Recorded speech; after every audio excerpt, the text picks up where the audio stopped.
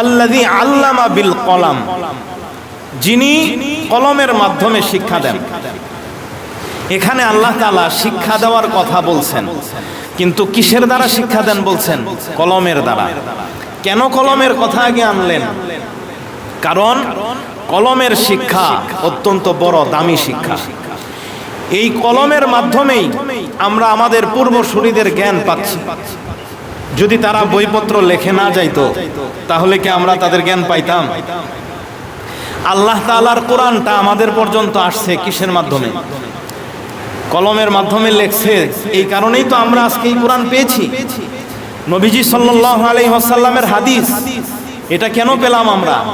এই কলমের মাধ্যমে লিখে গিয়েছেন আমাদের পূর্বসূরীরা, তাদের এই কলমের লেখার মাধ্যমে আস্তে আস্তে এটা আমরা আজকে পেলাম। তাহলে দেখেন, আল্লাহর ইলম কলমের মাধ্যমে সংরক্ষিত হয়েছে। নবীজি সাল্লাল্লাহু আলাইহি ওয়াসাল্লামের ইলম কলমের মাধ্যমে সংরক্ষিত হয়েছে। সাহাবায়ে কেরামের ইলম কলমের মাধ্যমে সংরক্ষিত হয়েছে। তাবেঈনদের ইলম কলমের মাধ্যমে সংরক্ষিত হয়েছে। যত পূর্বসূরি মহাজ্ঞানী ব্যক্তিরা আছেন তাদের সকলের জ্ঞানগুলো কলমের মাধ্যমে সংরক্ষিত হয়েছে। আজকে আমরা ইতিহাস পড়ি, এই ইতিহাসগুলো কলমের মাধ্যমে সংরক্ষিত হয়েছে।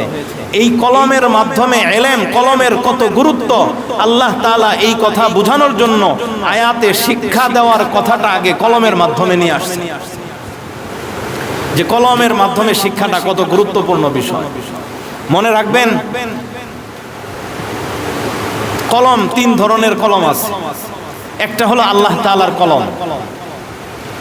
কেন?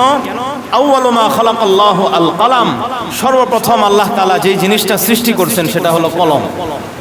কলম সৃষ্টি করার পরে আল্লাহ রাব্বুল আলামিন কলমকে বললেন, উকতুব, তুমি লেখো। এরপরে সে লেখা শুরু করলো।